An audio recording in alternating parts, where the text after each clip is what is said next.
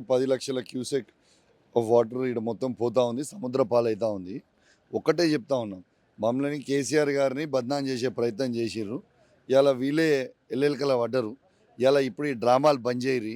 ఇయాల రైతులకి నీళ్లు లేక ఇబ్బంది పడతా ఉన్నారు. ఖచ్చితంగా లక్ష్మీ పంప్ హౌస్‌లో బటన్ ఒత్తాలే. వీళ్ళు అసెంబ్లీ అయిపోయే లోపల ఒత్తి నీళ్ళు ఎత్తకపోతే ఖచ్చితంగా మేము 50,000 మంది రైతులతో వచ్చి మేమే ఒత్తుకొని నీళ్ళు ఎత్తుకుంటాం. ఇలా నా హుజురాబాద్ నియోజకవర్గంలో నిన్న మిడ్ మానేర్ కావచ్చు 27 టీఎంసీ మిడ్ మానేర్లో పడుతుంది. ఎల్ఎండిలో 24 టీఎంసీ దాకా పడుతుంది. అది మొత్తం ఎంటీ ఉంది. లాస్ట్ ఇయర్ ఈ టైంకి నిండు కుండల్లాగా ఉండేది. ఇలా హుజురాబాద్ నియోజకవర్గంలో కూడా నా రైతాంగం మొత్తం కూడా ఇబ్బంది పడుతూ ఉన్నారు. ఖచ్చితంగా ఇవాళ వెంటనే అవి నింపాలే, ఆడ నీళ్ళు ఇవ్వాలి. హుజురాబాదే కాదు యావత్ తెలంగాణ ప్రజలకి సగం భాగం కోదాడ వరకు పోతాయి నీళ్ళు. ఇటు మెదక్ అంత పాత మెదక్ జిల్లా మొత్తం కూడా పోతాయి. ఖచ్చితంగా నీళ్ళు ఎత్తాలి. రాజకీయాలు అనేటివి బంద్ చేయాలి.